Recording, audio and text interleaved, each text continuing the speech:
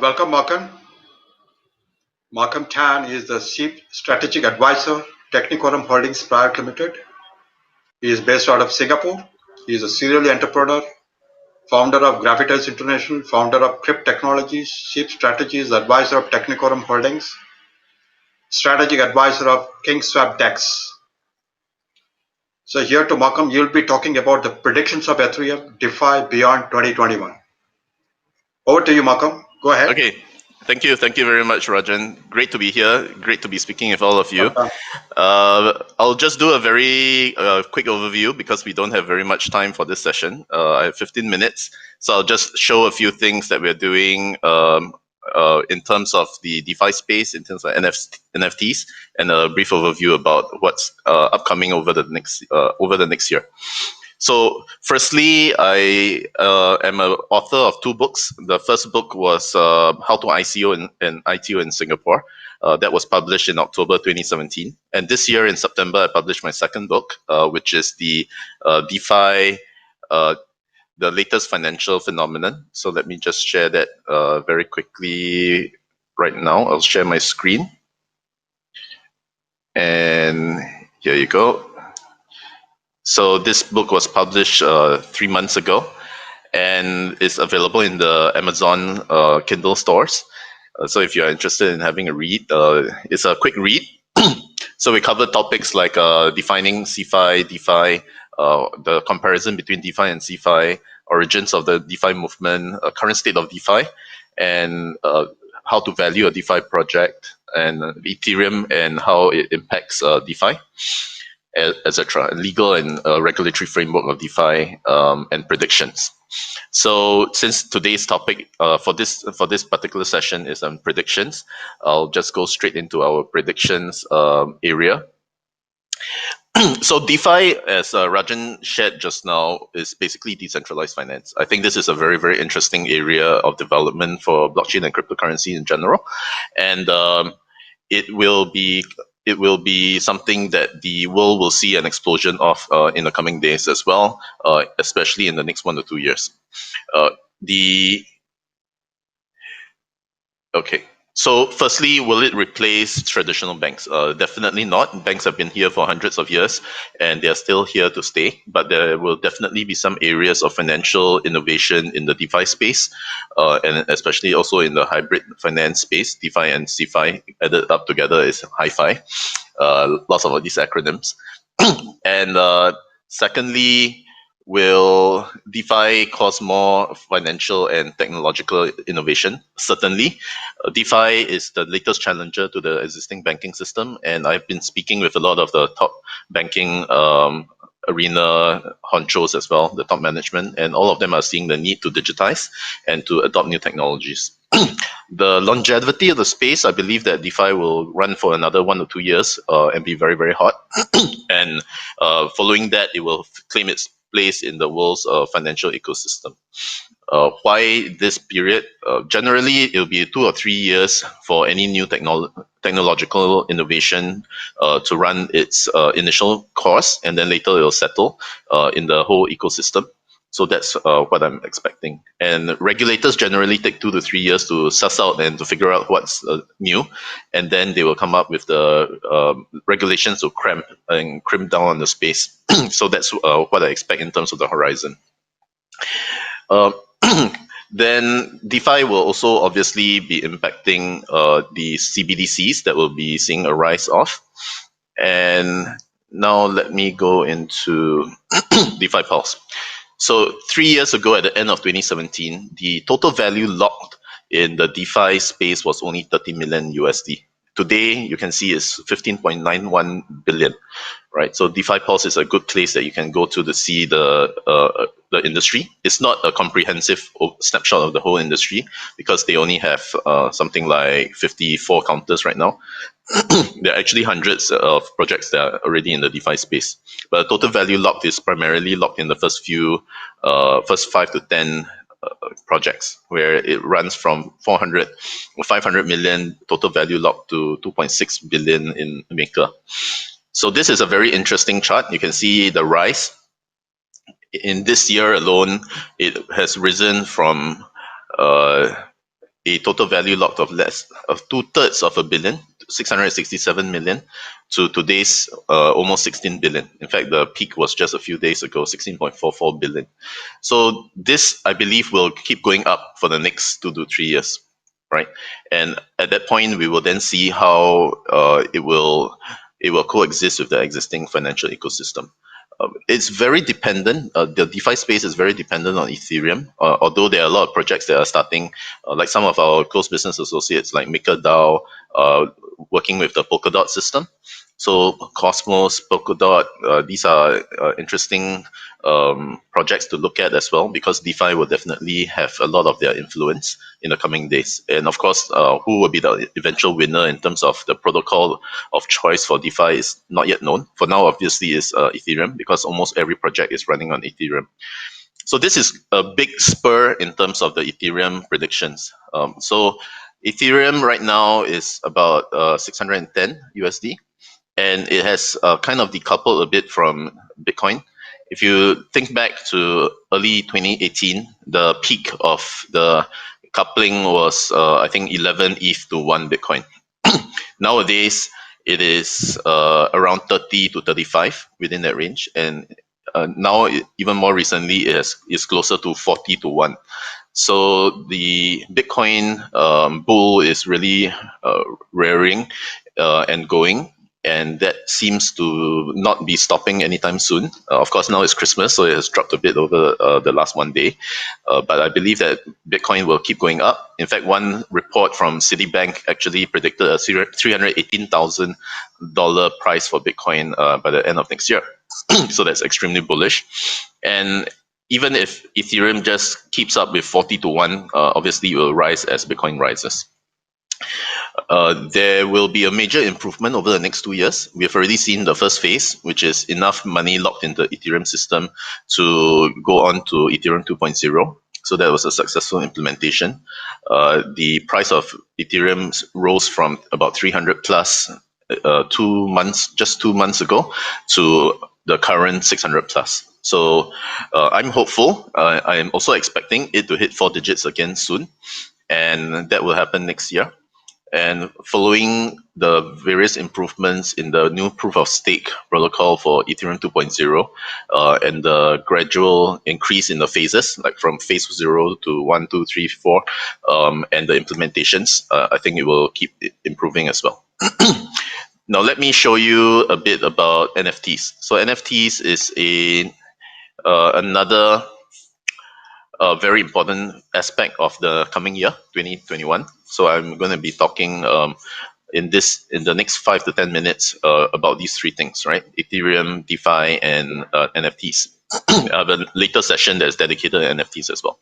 So on OpenSea, that's one of the most popular platforms, OpenSea.io. You can see that it's a marketplace for all sorts of NFTs. And thanks, Rajan, for your kind introduction of my session. And I'm involved in Kingswap. So if I can show you my OpenSea wallet, then you can see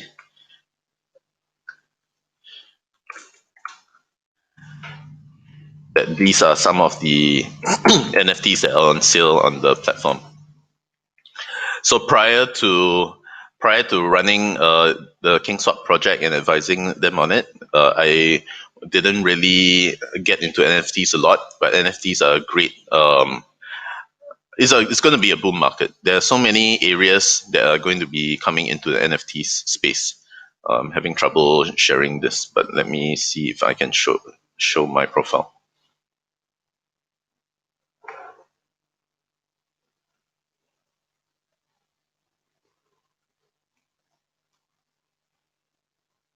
Right, so you can see that I own a few NFTs there. I bought this at 2 Ether, this one at 12 Ether, and this one at 10 Ether. So that's quite a fair penny. Of course, I bought it at a cheaper price when Ether was cheaper. So this is where you can see your own NFTs, and then OpenSea, we can show all sorts of different NFTs that you can purchase. So I think this is going to be a big boom area. So I won't spend much time on my predictions for NFTs, but suffice to say that NFTs it's going to be a huge market. I believe that it's going to be multiple trillions of dollars in the coming years, simply because the blockchain technology has allowed us to have digitized assets. And assets are over $1,000 trillion in total around the world. So if any part of this will get onto the blockchain and get digitized, NFTs is a great route for them to be there. Right now, NFTs are primarily used for games, collectibles, and for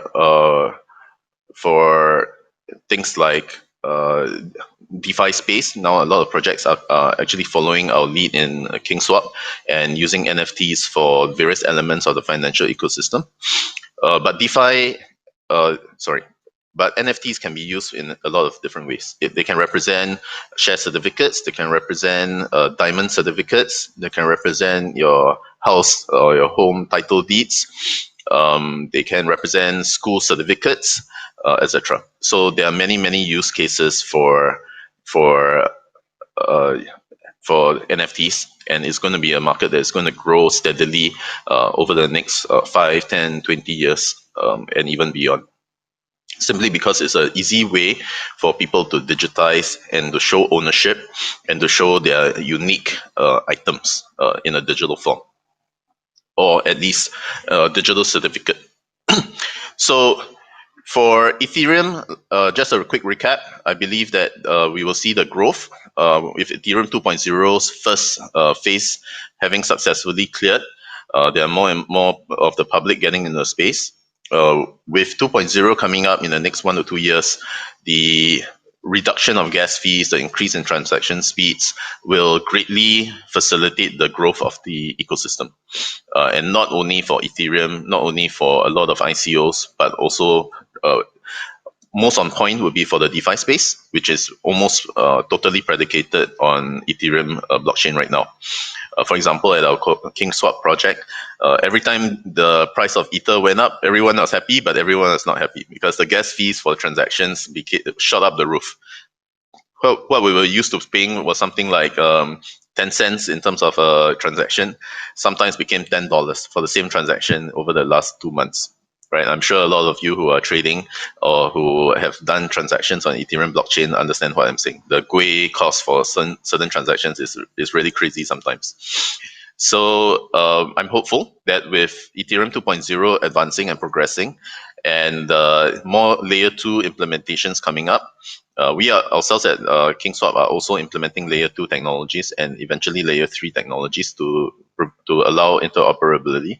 Then more of the projects that are already live and running successfully will be able to run more smoothly and cheaply, and this will grow the space. Right, one big thing that I've seen in terms of the difference from the space 3 years ago is that 3 years ago a lot of ICOs just came to market with nothing more than a white paper and a website. But nowadays it's not enough. Certainly not enough to just have a white paper and a working website. You need actually a working product and something that can be used. So most of the DeFi space projects that you can see today have actually been incubating in stealth mode for the last 3 to 12 months, and they are only coming out after they have gained sufficient traction. So I think this really points well for the whole space in general. But having said that, DeFi by its nature is decentralized, and a lot of the founders of the projects are anonymous. So I think a more appropriate way for the larger consumer market to come in would be to adopt hi-fi solutions, hybrid finance, meaning that you know who you are working with, and some of the elements of the project will be centralized so that there is someone accountable for it. But at the same time, you enjoy the benefits of the decentralized aspects of technology and finance coexisting. So these are some of my predictions. Of course, a lot of people ask me for a price prediction. I saw Rajan's price prediction was $50,000 for Bitcoin next year. My price prediction for Bitcoin this year was 30K, but I think I'm falling short because it doesn't seem like it's going to break 24,000 this year. It's broken for one day, but I think it's not going to get back there.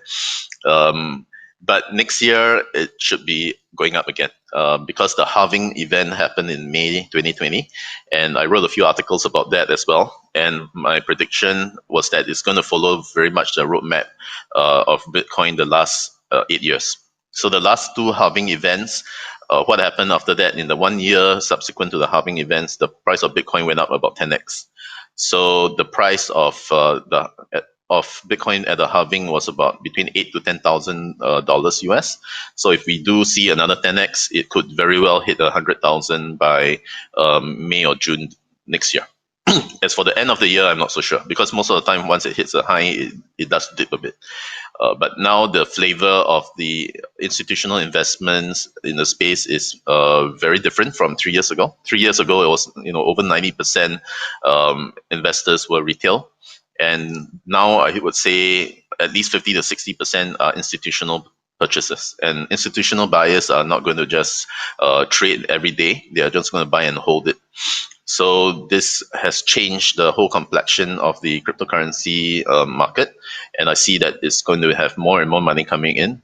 Institutional players will push in more funds, and the entire ecosystem is going to be in the trillions. CBDCs are already starting, and that's another big spur to the whole growth of the cryptocurrency market.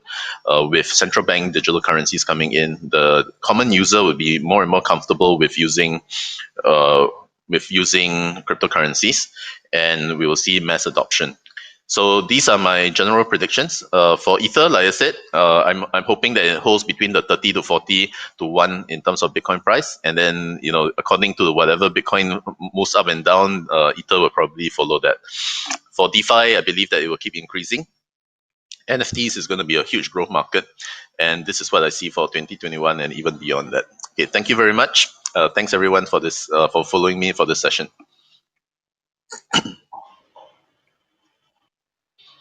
Thanks, Malcolm. It was a great insight. I think looking at your predictions, NFT is going to be $1 billion market next year. All right. Thank you for the insight. So we close the session. We go for the next one. Okay, thank you.